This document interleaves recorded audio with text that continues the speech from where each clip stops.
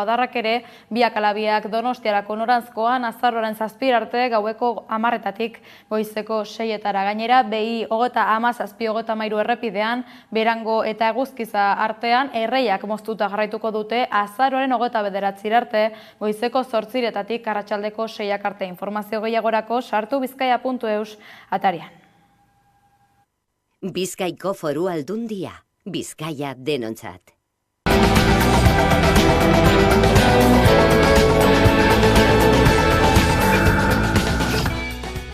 Valentzian pasaden asteko denboralearen ondorioak jasaten jarraitzen dute. 200 hildakotik gora identifikatu dituzte dagoeneko eta hiriburuaren inguruko herrietako egoera larria da oraindik. Atzo Paiportara eginiko bisitan herritarren haserrea izan zen nagusi Espainiako errege-erregina Pedro Sánchez eta Carlos Mazón ikustean. Euskal Herriak ere elkartasuna erakutsi nahi izan die valentziarrei eta laguntza ugari bidali da Euskal Nazioko hainbat puntutatik.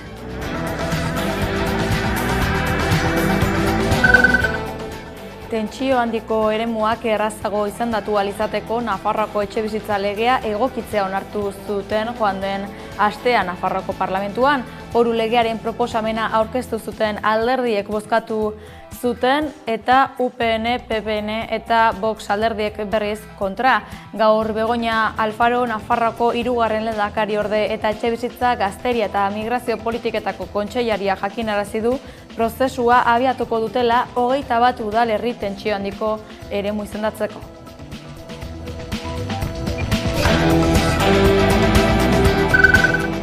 Koltxoiaren azpian gordeta zuen dirua ateratzea erabaki du Eusko Jaurlaritzak. Finkatuz funtsean dituen 300 milioi euroetatik erdia inguru erabiltzeko asmoa du eta luzegabe gainera. Hurrengo urtean 150 milioi euro bideratuko ditu 4 enpresa estrategikoren akzioak erostera. Hala jasotzen da Ogasun eta Finantza Sailaren aurrekontu egitasmoaren memorian. Txostenean ez da esaten enpresa horiek zein diren eta Noel Dianjou Sailburuak ere ez du zehaztasunik eman.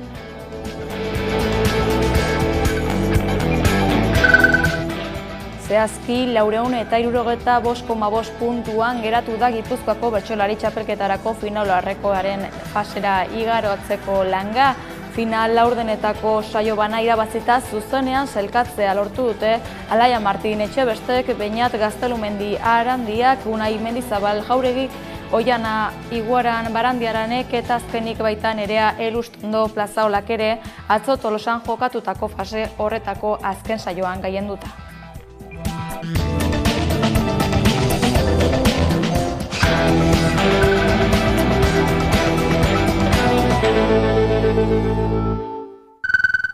Gabon deizuela guztioi, Valentzian denboraleak sortutako hondamendiaren ondorioak ikusgai dira oraindik. Dagoeneko 200 hildakotik gora erregistratu ditu generalitateak. Valentzia hiriburu inguruko hainbat udalerritan, Aldaia, Masanasa edo Paiporta kasu, kaleak garbitu eta herritarrei behar dituzten baliabideak banatzen dihardute bolondresek eta erakunde publikoetako hainbat langilek. Azken udalerri honetan tentsioa izan zen nagusi atzo Espainiako erreginaren Pedro Sánchez Espainiako presidentearen eta Carlos Mazón Generalitateko presidentearen bisita gauzatu zenean. Euskal Herriko hainbat puntutatik laguntza bidali dute Euskal Herritarrek. Haserrea, ezinegona, amorrua eta oinazea dira nagusi Valentzian, mendeko euri denborale bortitzen agertatu eta ia astebetera. Izan ere herri kaltetuetako bizilagunek laguntza besterik ez dute eskatzen, eta agintarien kudeak eta eskasa salatzeko kazerola da egin dute berta. Espainiako errege-erreginak Paiporta bisitatu zuten atzo, Pedro Sánchez Espainiako gobernuko presidentea eta Carlos Mazón Valentziako generalitateko presidentea alboan zutela. Herriko dozenaka boluntariok eta bizilagunek haserre hartu zituzten agintariak irainduta eta tartean zeuden Revuelta eskuin muturreko erakundeko kideak eta euren gain hartu dituzte Sánchez presidentearen aurkako erasoak. Ikur neonaziak ere ikusi dira Paiportan.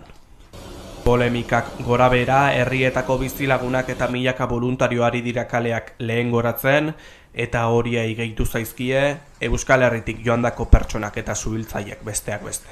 Bien bitartean oraindik ere urak hartuta dituen guretan, bilaketa lanek jarraitzen dute hildako gehiago aurkituko dituztelakoan, hori dela eta larrialdi zerbitzuen lana errazteko, beste 48 orduz luzatu dute mugikortasuna murrizteko agindua.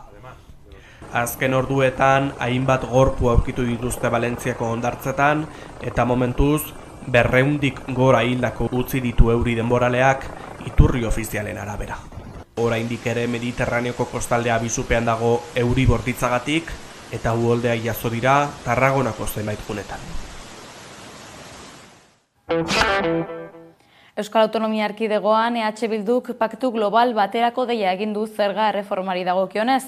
Peio Txandianok Gasteizko Legebiltzarrean koalizio sobiranistaren bozeramaile denak Araba, Bizkaia eta Gipuzkoari batera eragingo dio negoziazio bat aurrera eramateko eskatu die EAJ eta PSeri.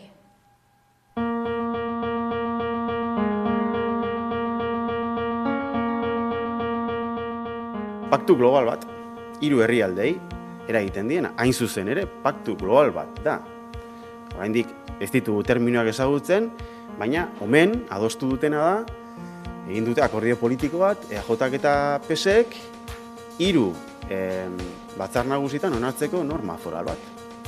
Baina badaukate arazo txiki bat, eta da borondate demokratikoak 3 herrialde hauetan utzi duen argazkia. Eta horren borondate horren ondorioz, EAJak eta PSek ez daukate gehiengorik ez Gipuzkoan eta ez da Araban ere.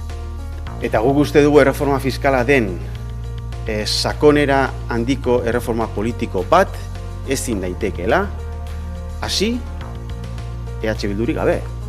EH Bildu kanpo utziz, EH Bilduk irabazi zituen azken hauteskundeak Gipuzkoan eta Araban. Edozein kasutan 3. eragile politiko baten parte hartzea behar du erreforma fiskalak edo aurrekontuen onarpenak. Harmonizatu behar baditugu, politika publikoak, bai diru sarrerei dagokionez eta bai gastuari dagokionez, hasi gaitezen hitz egiten. Zein da arazoa ez hitz egiteko fiskalitatearen inguruan? Euskal Autonomia Erkidegoko aurrekontuei begira, Noel Dianjou, Eusko Jaurlaritzako Ogasun eta Finantza Sailburuak 2025ko aurrekontu proiektua negoziatzeko bilera sorta abiatuko du datorren astelenean hilak 11 oposizioko alderdiekin Voxekin salbu. Testuinguru horretan proposamen zehatzak bideragarriak eta errealistak egiteko eskatu die EH Bildu, PP eta Sumar alderdiei eraberean, sailburu bakoitzak norbere saileko aurrekontuak azalduko ditu aste honetan Eusko Legebiltzarrean eta Dianjou izan da lehenengoa astelehen honetan. Finkatuz funtsaren erabilera indartzeko eta optimizatzeko asmoa agertu du Ogasun sailburuak eta jakinarazi du Eusko Jaurlaritzak 150 milioi inbertituko dituela 4 enpresa estrategikotan. Onartu zen lege proiektua Jaurlaritzaren Gobernu Kontseiluan. Eusko Jaurlaritzako Kultura eta Hizkuntza Politika Sailaren 2025ko aurrekontua aurkeztu dute gaurkoan. Jaurlaritzak 37% handituko du euskarazko gizarte hedabideentzako aurrekontua. 11,5 milioi jarriko ditu.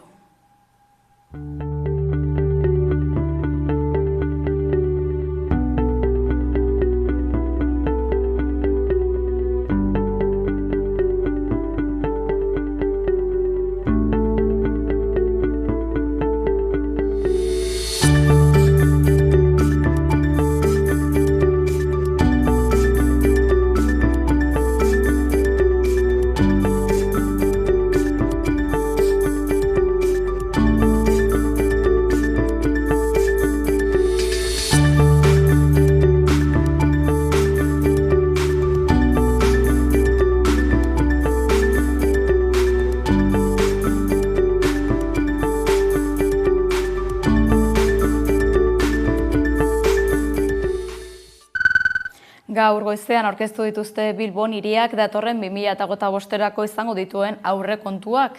Informazio gehiago dauka Xabi Alok. 719 milioi euroko aurrekontua onartu du Bilboko udalak, Bilboko historiako aurrekonturik handiena izango da eta herriarentzako udal zerbitzuak finkatzen jarraitza izango da udalaren helburu nagusia eta horretarako pertsonak, auzoak eta hiriaren garapen ekonomikoa izango ditu ardatz. Juan Maria Aburto alkateak esan duenez, aurrekontua bat dator udalaren errealitate ekonomikoarekin. Bilboko udalak hiriaren historiako aurrekonturik handiena onartu du eta 719 milioi euro bideratuko dira Bilboren ongizaterako. Zein da geure lehentasuna? Zerbitzu publikoak mantentzea, kalitatezko zerbitzu publikoak. Horrezetarako gaude hemen, bilbotarrok behar dituzten zerbitzuak prestatzeko, emoteko. Hori horrela urtengoa baino 2,6 hazi da Bilboko aurrekontua, beste modu batera esan da 2024ko aurrekontuak baino 18 milioi euro gehiago izango ditu hurrengo urtekoak. Juan Maria Aburto Bilboko alkateak adierazi du aurrekontua bat datorrela udalaren errealitate ekonomikoarekin eta diru sarrera gutxiagori ere aurre egin beharko diola udalak mutualisten kolektiboari funtsak itzultzearen eta Europako Next Generation funtsak murriztearen ondorioz. Ondorengo egunetan Bilboko udaleko zinegotziek emango dituzte euren sailetako proiektuen eta diru partiden berri.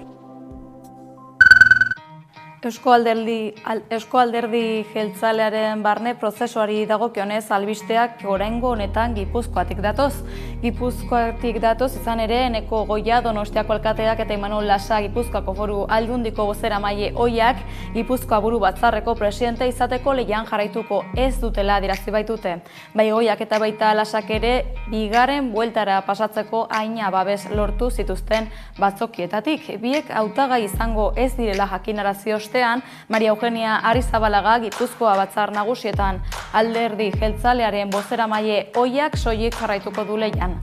Arrizabalaga hautagai ofizialista dela esan daiteke Joseba Egibar orain arte Gipuzkoa buru batzarreko presidente izan denaren babesa baitu.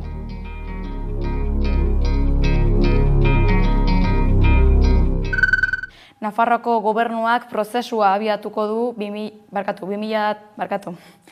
21 udalerri tentsio handiko eremu izendatzeko. Nafarroko herritarren ehuneko 63,8 bizi dira udalerri horietan. Besteak beste Iruña, Tutera eta Altsasu izendatuko dituzte tentsio handiko eremu.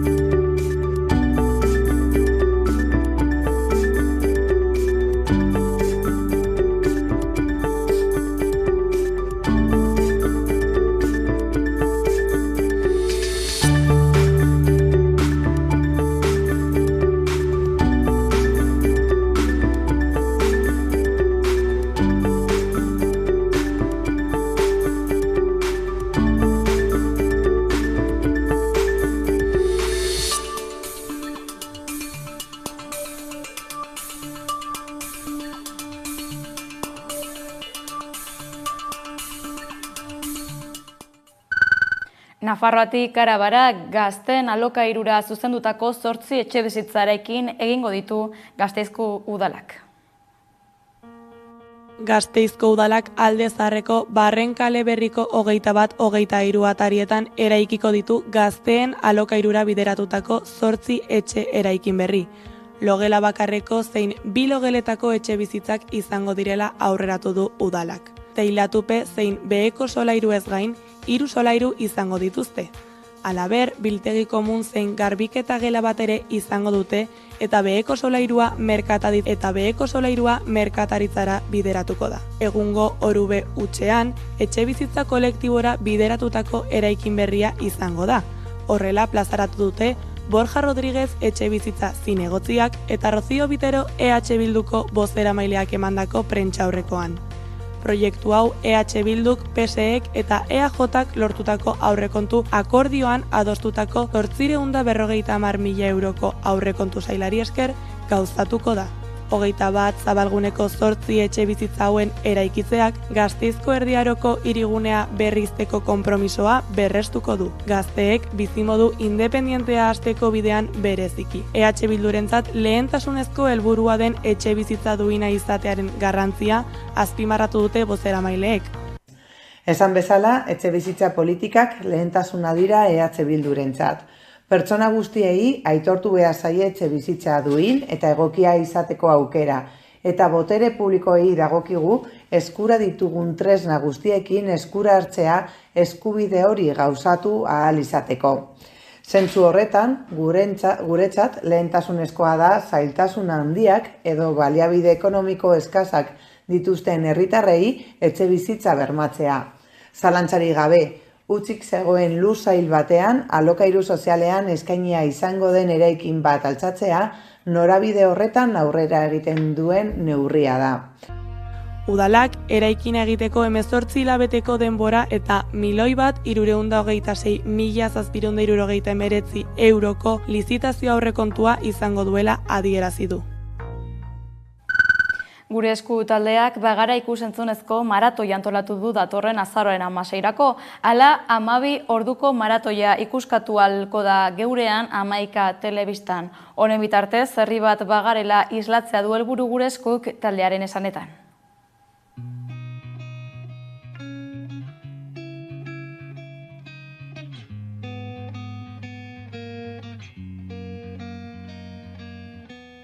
Online zuzenekoan, bizipen eta proiektu ezberdinak ikusteko aukera izango dugu.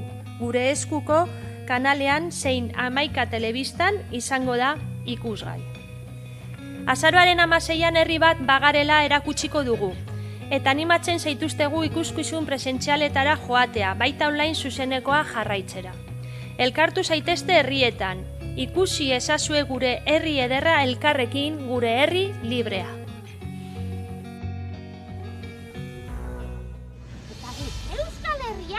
Oietako pieza txiki bat gara, gure hizkuntza, gure kulturarekin. Sentitu, pentsatu, ekin! Denok elkarrekin! Herria gara, nazioa gara, euskara gara, eta erabakiko dugu gure esku dago! Gure esku dago! Ai, ai, ai, ai, ai, ai, ai, ai, ai,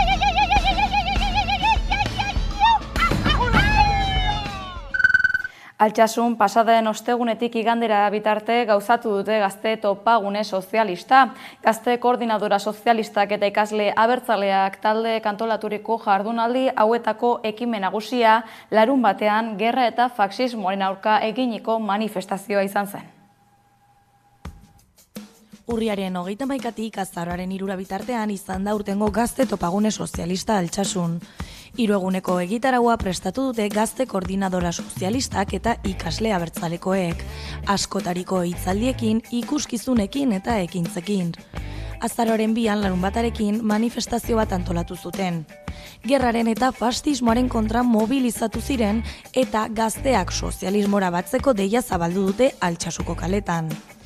Gerraren, fascismoaren eta arrazakeriaren aurka borrokatzeko berme bakarra sozialismoaren eraikuntza dela aldarrikatu dugu, azaldu dute antolatzaileek.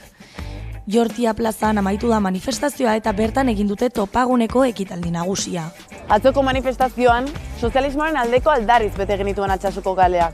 Gerra eta fascismoaren aurrean, gazteok sozialismora batzeko deia zabalduz.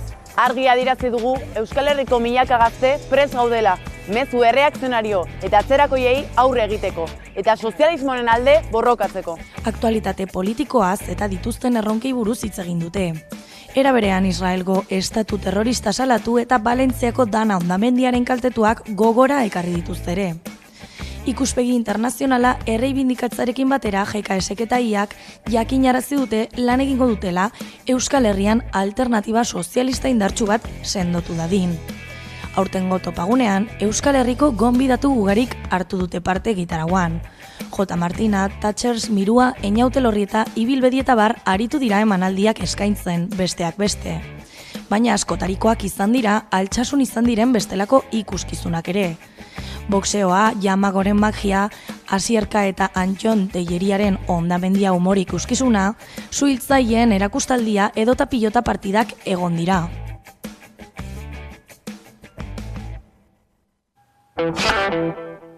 Gizarte arloan Emakundek Euskal Autonomia Erkidegoan jasotako eraso matxisten inguruko zifrak eman ditu ezagutzera. 2024ko lehen 9 hilabetetan 5.268 eraso zenbatu dituzte. Egunon guztioi, Araban, Bizkaian eta Gipuzkoan aurtengo lehen 9 hilabeteetan 5.278 eraso erregistratu dira emakumeen aurka. Hau da, 8% hazkunda izan da iazko aldi berean zenbatutako 4.879 erasoekin alderatuta. Emakumeen aurkako indarkeriagatik egunero batez beste 19 salaketa aurkeztu dira, Emakunderen datuen arabera Europa Presak jasodakoaren arabera.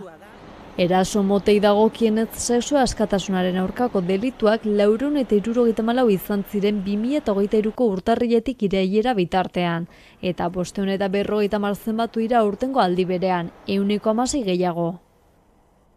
Bikotekideak edo bikotekide ohiak eragindako indarkeriak berriz 6,9 egin du gora. Iaz 3.579 izan baitziren eta aurten 3.815. Era berean 8% igo dira familia barruko indarkeriagatiko salaketak, bikotekideak edo bikotekide ohiak eragindakoak ez direnak. 836 eraso izan ziren iazko lehenengo 9 hilabetetan, aurtengo aldian berriz 903 izan dira.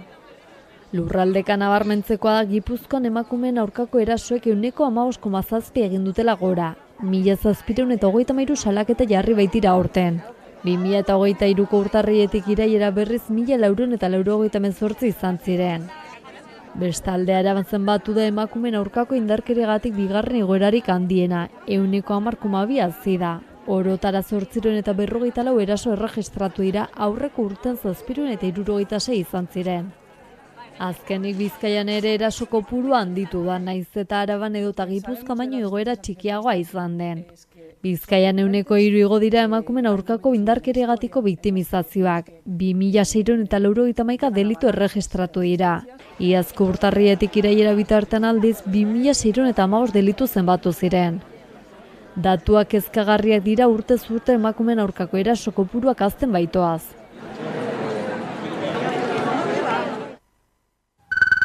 Indarkeria matxistari jarraiki Arabaragoaz izan ere bertan Arabako Lautadako kuadrillak programa bat jarri du martxan emakumei indarkeria mota honetatik alde egitea bideratuko diena.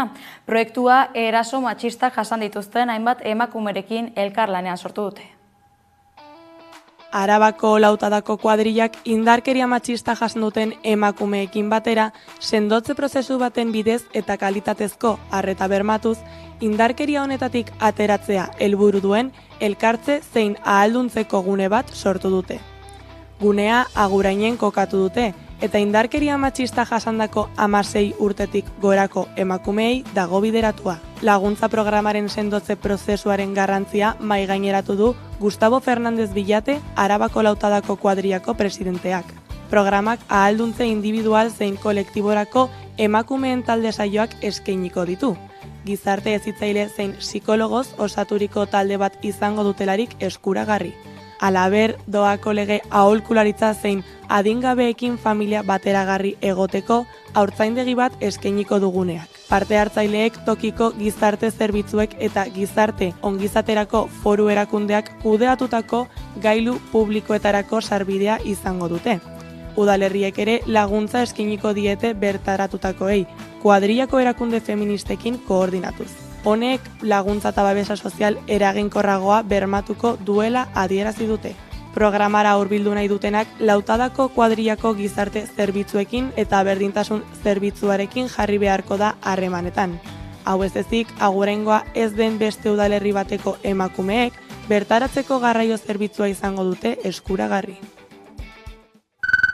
Iruñeko udalak Salvador Pinakui omenduko du azaroaren 6an, Pinakuek Nafarroako hiriburua urez hornitu alizatea albidetu zuen 1874an hiriak blokeo karlista jasan zuenean.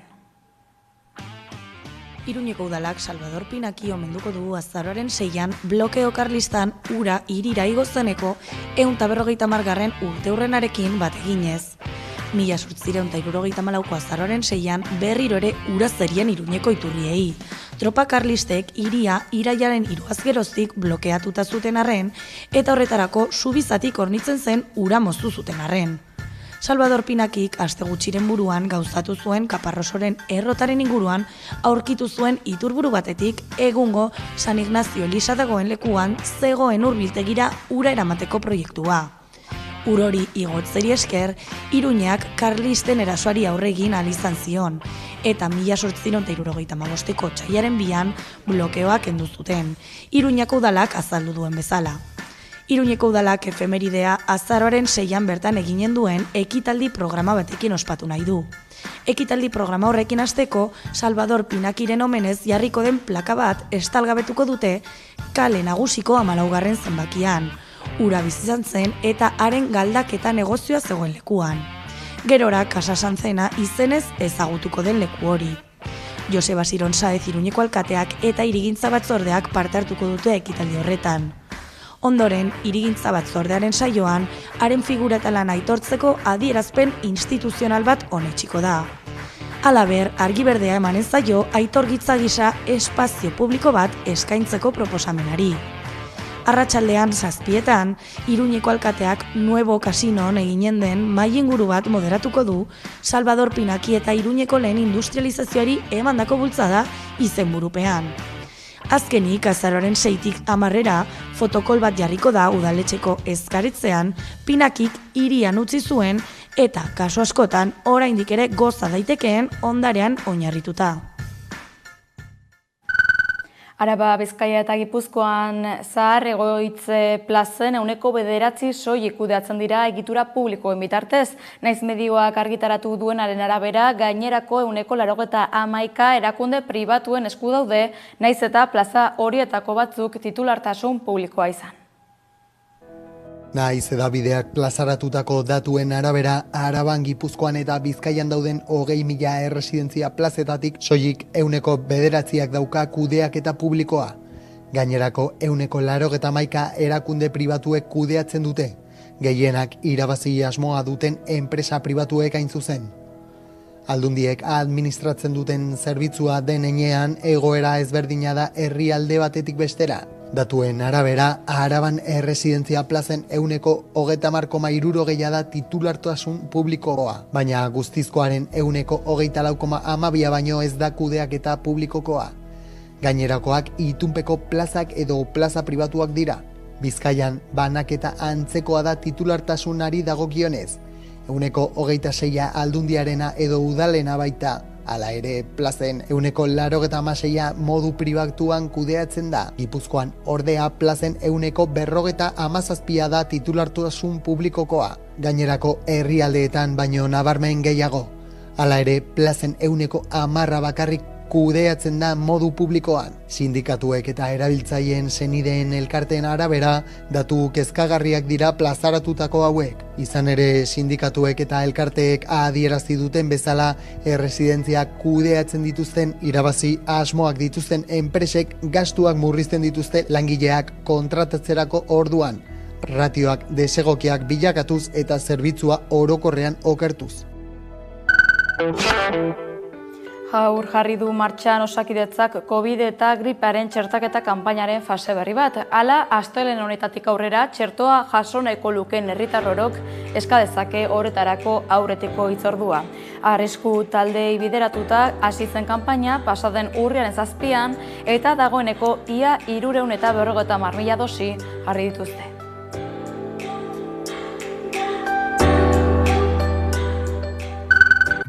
Donostian kalean lo egiten duten herritarren kopurua bikoiztu eginda azken 2 urteotan. Pasaden urriaren 23tik 24 gauean gauzatu zen zenbaketa eta hiritarron harrera sarearen arabera 413 pertsona zenbatu zituzten 2022an baina 193 gehiago. Egoera hau kontuan hartuta taldeak La Sirena aterpetxea irekita mantentzea eskatu du negu osoan zehar.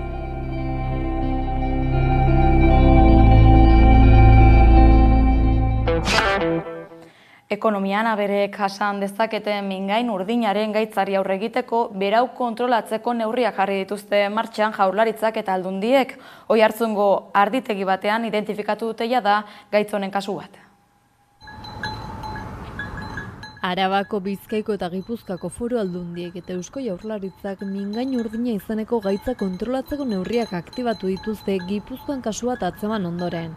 Erakunde ikasteak daramatzate ganadu guztiari txertoa jartzeko gomendatzen. Jaurlaritzak adierazi du 3 lurraldeek mingain urdini gabeko eremu izatari utzi diotela eta abere eta neurri sanitarioak hartu dituztela gaitzari aurre egiteko. Argi utzi dute mingain urdina ez zaiela pertsonei transmititzen, eta batez ere ardi aziendari eragiten diola, eta neurri txikiagoan behi aziendari. Horren aurrean nahitaezko zaio du txertoa jartzea 3 hilabetetik gorako aberei. Orain dela 4 urte desagarrarezi zen mingain urdina Araban, Bizkaian eta Gipuzkoan Jaurlaritzaren arabera ardi azienda eta behi azienda guztia txertatu ondoren. Badatuela 2 aste Gipuzkoako Foru Aldundiaren Fraisoroko laborategian mingain urdinaren kasu susmagarri bat atzeman zuten Oiartzungo ustiategi bateko ardi batean. Laginak Algeteko referentziazko laborategi nazionalera bidali zituzten eta iragan astean egiaztatu dute mingain urdinaren birusaren 8. serotipoa dela. Gaitza agertu den ustiategian 85 ardi 5 auntz eta 19 behi zeuden. Gaitza zuen ardiak gaitzarekin bateragarriak diren sintomak zituen, eta azkenean akabatu eginda. Gipuzkoako Foru Aldundiak ustiategiko gainerako aberen laginak hartu ditu eta guztiek negatibo eman dute mingain urdinaren PCR-ean. Abereen gaitz hori eltxoen ziztadaren bidez transmititzen da hausnarkarien artean eta orain dela 4 urte ere agertu zen Euskal Herrian. Orduan gaitza txertaketa espezifikoaren bidez kontrolatu eta desagerrarazi zen, eta frogatu zen txertaketa eraginkorra zela gaitz hori kontrolatzeko eta gaitzaren aurka borroka egiteko, eta 2022aren amaieran gaitzetik libre geratu zen. Joan den astean baina EAeko agintarieko hartarazi zuten gaitza agertzeko arrisku handia zegoela inguruko egoera epidemiologikoa zela eta beltzainei dei egin zieten aberen txertaketak areagotzeko gaitza agertza prebenitzeko eta edozein susmo izan ez gero ahalik eta azkarren jakinarazteko. Lehen sektoretik bertsolaritzara, erabakita dago zer 18 bertsolari sailkatu diren Gipuzkoako bertsolari txapelketarako final aurrekoetarako. Final laurdenekoetako saio bana irabazita, zuzenean sailkatzea lortu dute Alaia Martin Etxebestek, Beñat Gaztelumendi Arandiak, Unai Mendizabal Jauregi, Koiana Iguaran Barandiaranek eta azkenik baita Nerea Elustondo Plazaolak ere atzo Tolosan jokatutako fase horretako azken saioan gailenduta.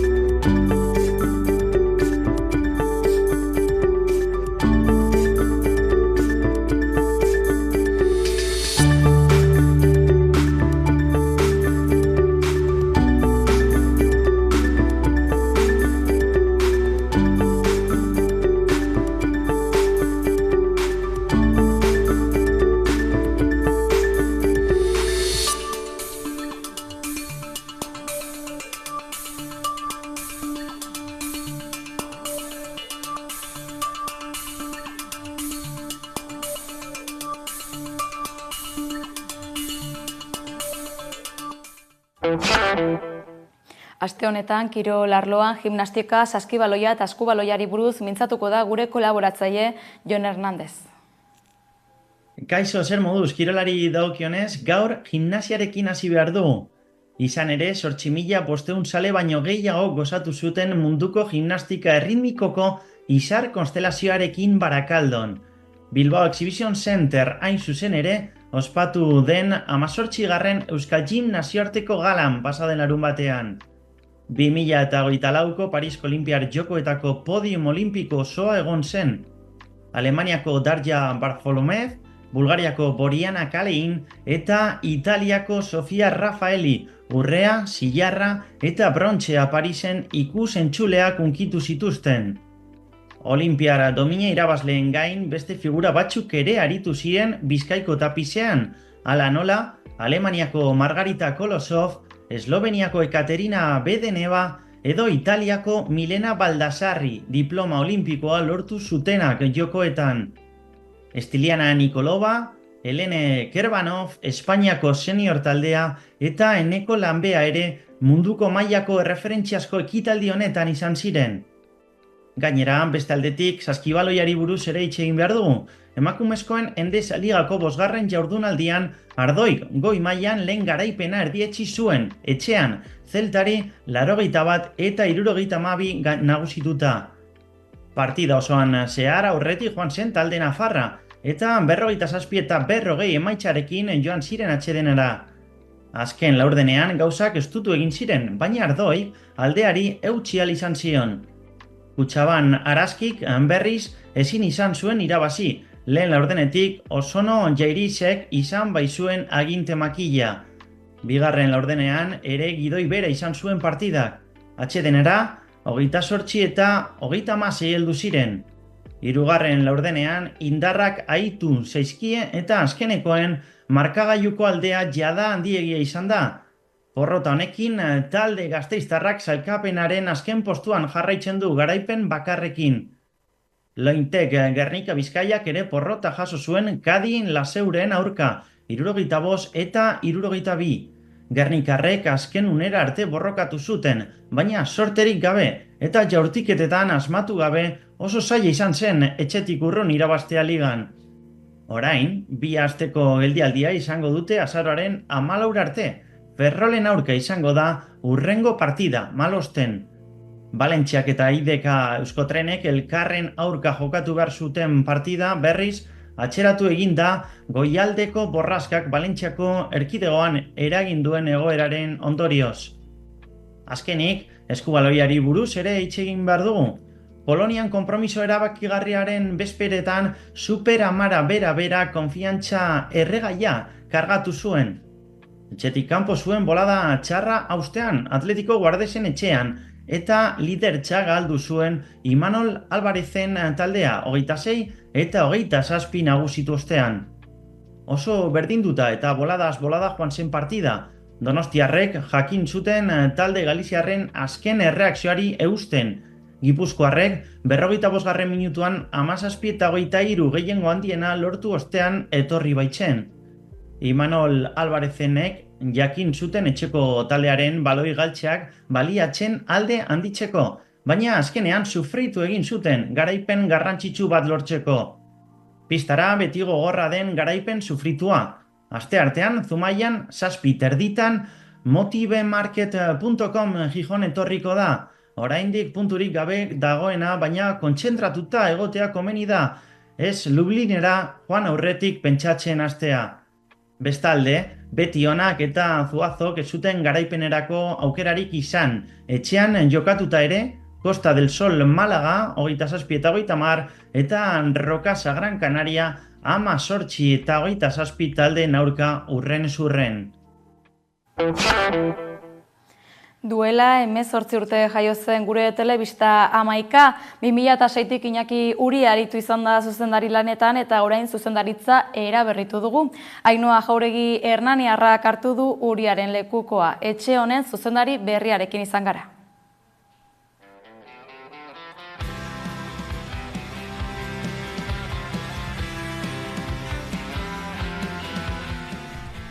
Eta 2006an aurkeztu zuten Euskara Hutsean ekoizten den Amaika telebista Iñaki Uriaren gidaritzapean Euskaldunok telebista euskaraz ikusteko aukera izateko asmoz. Orain, aro berri bat hasi du Amaikak. Iñaki Uriak erretiro hartu eta erreleboa hartu dio Ainhoa Jauregi Hernaniarrak. Etxe honetako zuzendari berriarekin elkartu gara. Belaunaldi berrien txanda da.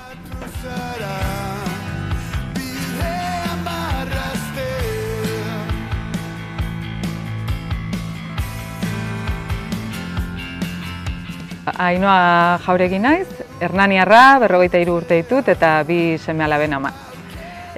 Kazetaritza ikasi nun eta lehenengo lana kazetaritza munduan edo, karreran nenbilela argian egon nintzen 7 hilabetez, gero lokalia Txingudin eta taberna desberdinetan lan egin eta gero eta arropa dendetan da, baineten lana egiteko aukera izan nun eta egon nintzen 14 urte. 14 urtetan egin nun lana, dokumentazioan, erredakzioan, lokuzioak egiten, aurkezpentxo bate bere egiten ibili nintzen. Eta gero pandemia etorri zen. Eta pandemiakin publizitateak bera intzun, eta eta saio batzuk bertan bera gelditu zian, zeon lana denentzako, eta batzuk kanpoa joan ginen. Eta hori izan zen 2020ko udaran, eta hortikan 3 asteta edo Iñaki Uriak deitu zian, eta 11an sartu nintzen. Bagia esan ez da gehiegi pentsatzen, banoa egunerokoan eta ez da bateko zerbait izan ez dare. Prestaketa bat egon da eta hilabete batzutan zehar elkarrekin egon geha. Ordu, mentalizatuan egon, abuztu bukaeran itzultzen nintzanean hartzen nula, gutxi gora bera nahiko kokatuan egon, baina oso konstiente pila bat ikasi beharretela, gauz askotan, baina gogotxu eta ondo, momentuz, ondo.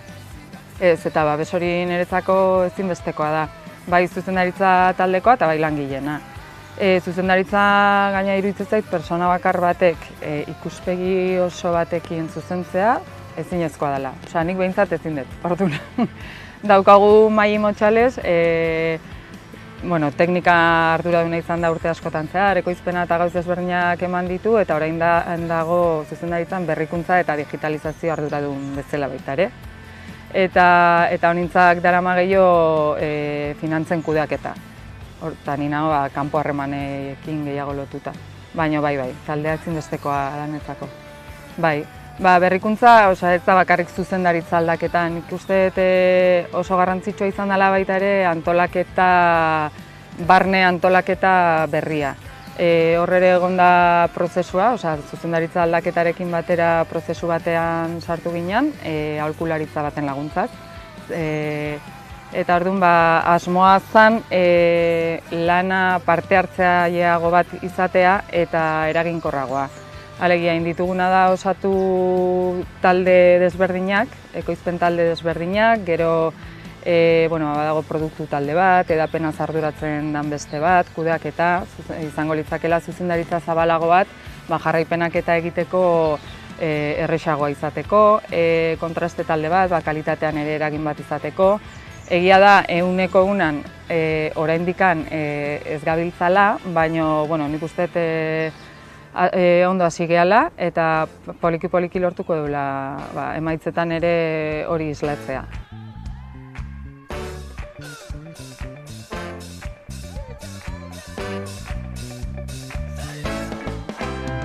Bai, ezinbestean. Biziraun nahi badegu, ezinbestean.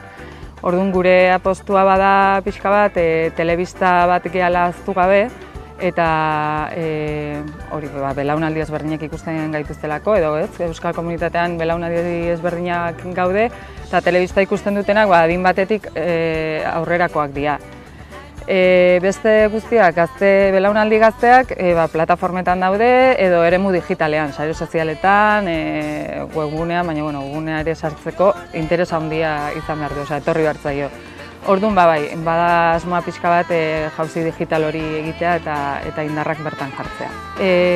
Nahiko ondo, ze lantaldean jende gazte asko daukagu. Orduan horrek ere egungo realitatera hurbiltzen dizu. Horretaz gain, esan dizute, prozesu batean gaude, orduan baita ere nola urtea amaitu, gu gaude oso baldintzatua diru laguntzekin, orduan ditugu ekoizpen propio minimo batzuk ekoiztu beharra bintxu bertan telebistarako. Orduan lan karga handiak ez eukitzeko jendia, egia pixkat horrekatzen. Eremu digitala eta telebista. Gero nik uste eremu digitalera jauzia egiteko ez dugula arazorik eukiko, egin ditugu saiakera batzu gainera, erronkekin edo kale galdeketak, podcastak eta nahiko ondo funtzionatu dute. Aktualitatean igual pixka bat gehiago lantzea tokatzen zaigu, baina lortuko dugula uste. Azkenean da formatuan asmatzea, badaukagun margena saiakerak egiteko, nola lortzen dugun gaztegien gana iristea, baina nik uste hurbiltasunetik helarazte baitugu mezuak eta irudi erakargarriekin zer lortuko dugula. Baliabide ekonomikoak, iturri desberdinak, diru iturri desberdinak daude. Egia da izan dela nik uste gauza faktore ezberdinen bat egin dutela eta nik uste lehenengo puntua dela behar degula erakunde publikoen babesa. Benetan sinisten badute Euskal Hedabideak egon behar degula, bertako hedabideak zaindu behar dituzte eta ekonomikoki ere lagundu. Bestela badakite olako proiektuak ezin diala aurrera atera. Publizitatea, leheno publizitatean ere sarrera handiak egoten zian, baina orain ere hori leku guztietan berak adijoa. Eta euskal komunitatean bueltaka gabiltza edabide guztik, euskal edabide guztik, egoera ekonomikoa orain gizartea ez dago bere onenean, orduan, gauz desberdina daude. Oraintxe bertan, nik uste beste politika batzuk behar direla. Azkenean, baliabide ekonomikoekin oso lotuta dagoen zerbait da, baina egia da, alik eta etekin gehien ateratzeko modua izan daitekeela beste edabideekin edo beste eragile batzuekin batera elkarlana sustatzea. Eta uste dut gainera epertainean horrela beharko dula. Hori ez, jauzi digitala oso ondo dago, baina sartzen gaur ozeano handi batean, baita gaztelerazko eta inglesezko edukiak eta plataformak eta bar gure kompetentzia bihurtzen dianak. Orduan nik uste euskalgintza barruan, hori, edabideak, elkarteak eta bar, elkarlana bilatu behar dugula. Azkenean gaudenak, beti ongeanak, argia, berria eta gurean ondo dago egoera, baina gero badago telebista publikoa, agian apostu gehiago egin beharko lukena euskarazko ikusentzunezkoengatik. Hor gabezia handi bat sumatzen dudala, eta horrela badoaz baliabide publiko asko. Orduan, ikustetena da gabezia handia, baina handienek egin beharko luketena agian, esfortzu hori hor behar da gehiago, hor daudelako baliabideak.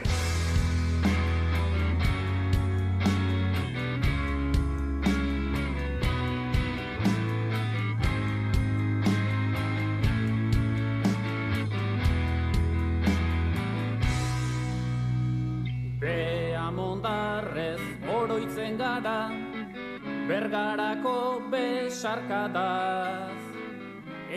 Bai. Ez daukagu asmorik hori aldatzeko, euskaratik eta euskeraz, Eta eragile lortzen dugun denogatea benetan euskararen normalizazioan eragitea. Eta konsumoa sustatzea, karo. Mugarritzat baino, mugarritzat ezakit zuzendaritza aldaketa eta antolaketa berriarekin, gaude momentu batean nahi eta nahi ez, gizarteak eskatzen duen horretara egokitu behar gehala.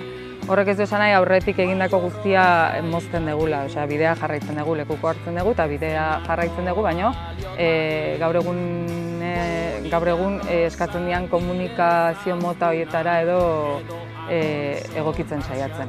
Baina balioak eta mantentzeko helburuarekin da misioare bai. Hizkuntza gutxitu guztiek bezala. Eta gu ondo handazkagu, gaztelera, frantsesa, inglesa, bai. Erronka handia da, baina aldi berean ere abantaila bat izan daiteke. Asmatzen badegu, ez dakizinan formula bentxe, baina asmatzen badegu jendearengana iristen, baita lan pila bat dago. Lan asko dago eta ikusten egia gainera horrez barima gaude zehatzerakada dauden hizkuntza politikan ere, ezta? Azken aldian, hartu dian erabakiak ikusita hor egon behar dugu. Orduan erronka handia da, baina gogotsu gaude.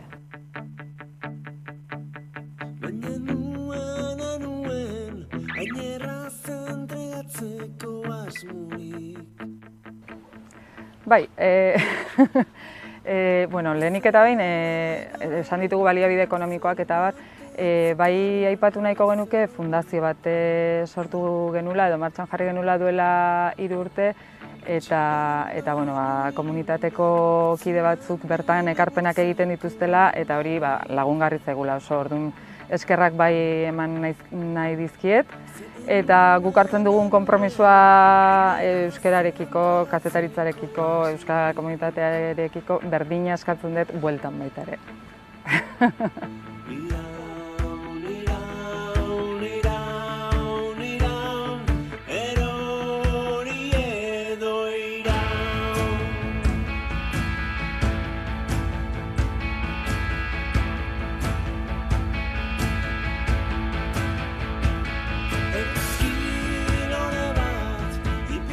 Ilusia handia, indarra eta ardura. 3 horien kombinazio bat.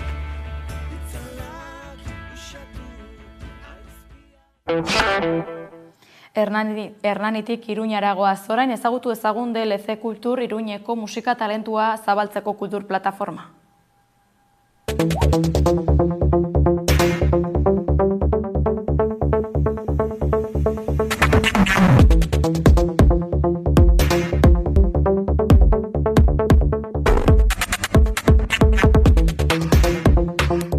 Gaurkoan Iruñeko kaleetatik murgildu gara tokiko talentua ezagutzeko. Iruñeko San Francisco plazan DLC Kultur aurkitzen da, Iruñeko musika talentua zabaltzeko kultur plataforma. DLC Kultur iobazi asmorik gabeko elkartea da, eta musika elektronikoa lotutako proiektuak sustatzera bideratua dago, Iruñeko estenako hainbat kolektiboren alderdi guztietan. Elkartea 15 kidek osatzen dute eta gaur horietako batekin hitz egiteko aukera izan dugu, Ander Elustondorekin batik bat. Ander elkarteko kidea izateaz gain musikaria da. Elkarteak aurten urte bat beteko du eta Anderrek hastapenetara eraman gaitu. Ezagutzen ginen jende multzo bat geunden Iruñan musika jartzen egunean zehar, gauetan eta ez geneukan beste leku bat gu elkartzeko, ezagutzeko, gure artean harreman gehiago sortzeko eta horrela. Eta orduan pentsatu genuen punto encuentro bat bezala hau lokal hau hartzea eta jendea joan da etortzen, joan da gu ezagutzen eta egin ditugu ere Iruña herriko jendearen artean pixka bat sinergia, ezagutzen ez ziren jendea elkartu eta horrela eta proiektu berriak sortzen diren eta...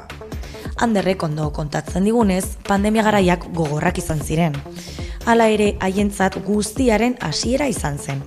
Etxeko musikari bakoitzak streamingak egiten zituen 24 orduz. Eta horrek bultzatu zituen, elkar ezagutu baitzuten, eta iazko ekainean animatu ziren lokala lokatzera eta irratiarekin hastera. DLC Radio, DLC Kulturren jardueraren proiektu nagusia da. 30 musika eta kultur programa baino gehiagoko programazioarekin, irrati bat eskaintzen dute streaming eta diferituan, 24 edukiarekin. Printzipioz hasi ginenean geunden gehiengoak musika elektronikoa egiten genuen, baino gero zaraizten musika estiloetara eta orain badago denetari, badago rock jartzen duen jendea, kumbiak, musika latinoak, gero musika elektronikoa, badago denetarik eta ez gara izten ezertara. Anderrek proiektuan sinesten du. Iruñarentzat berritzailea baita. Europako beste hirietan ohikoagoa da horrelako lokalak ikustea. Kultura musikala garatuagoa baitago. Europan zerta horrela ere badaude horrelako gauza antzekoak, igual ez dira asoziazioak, agian badira taberna bat eta badauka ere irratia, edo badira dendak irratiarekin edo horrela.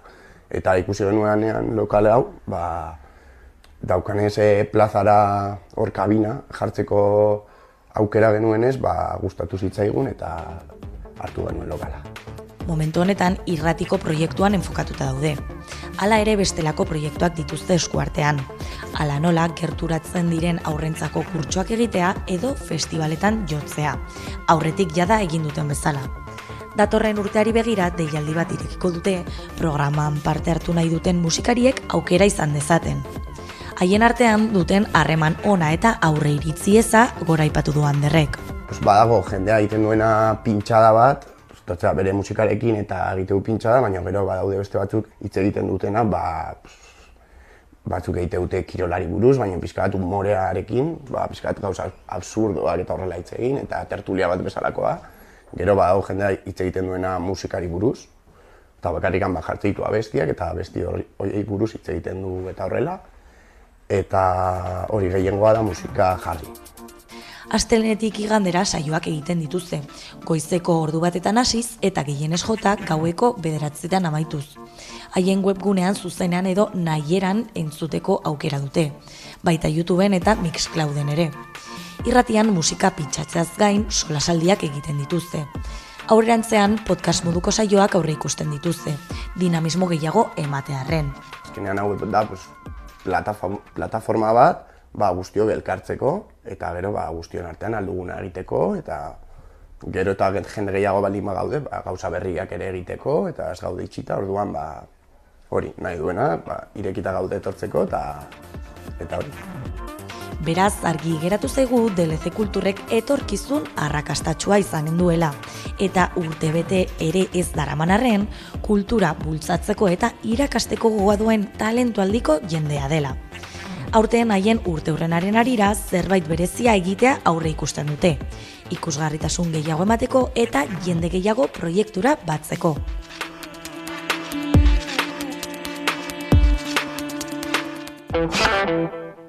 Heldu gara amaierara, informazio gehiagorako badakizu esartu hamaika.eus atarian. Bihar arte.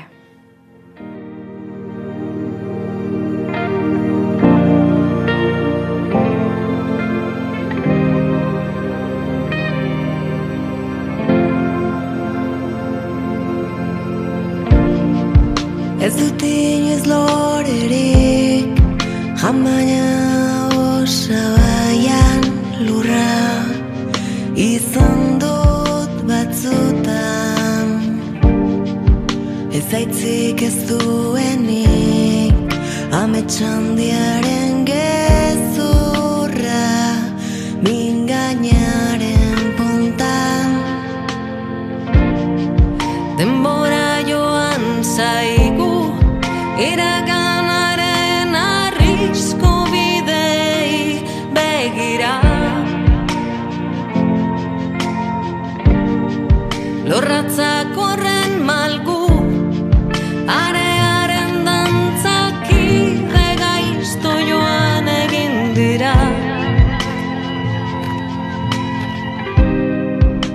Areak harria,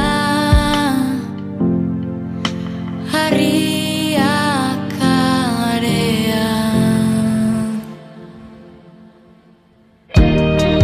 Haizearien kontra area ezan da, iraganaren dantzaldi gaiztoena bada.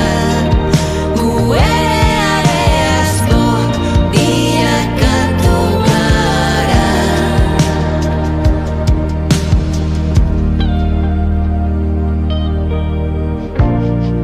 Balur bat area, dakarrena eskua urretara, bai bada Sahara. Non bizitzaren alde, hartzen diren irutekikara, topa bat Sahara. Haizearrien kontra area ezan da, iraganaren dantzaldi gaiztoena bada. Gu ere areazko bilakatu gara.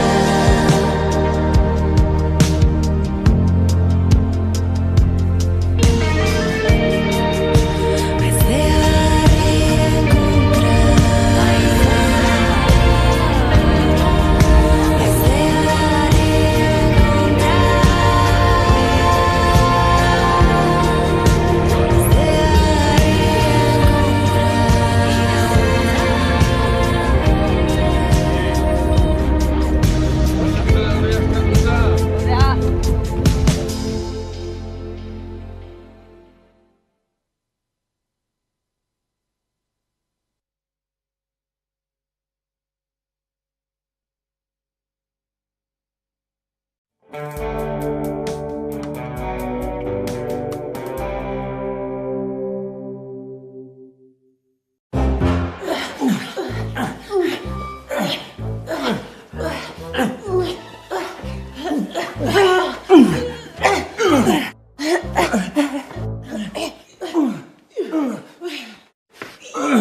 Zaila izango da erabakitzea nork aukeratzen duen zer ikusi. Aldatu Euskaltelera Netflix, Amazon Prime eta Max Barne hilean €45 ordainduta. Kontratatu 17 berrogeian dendetan eta Euskaltel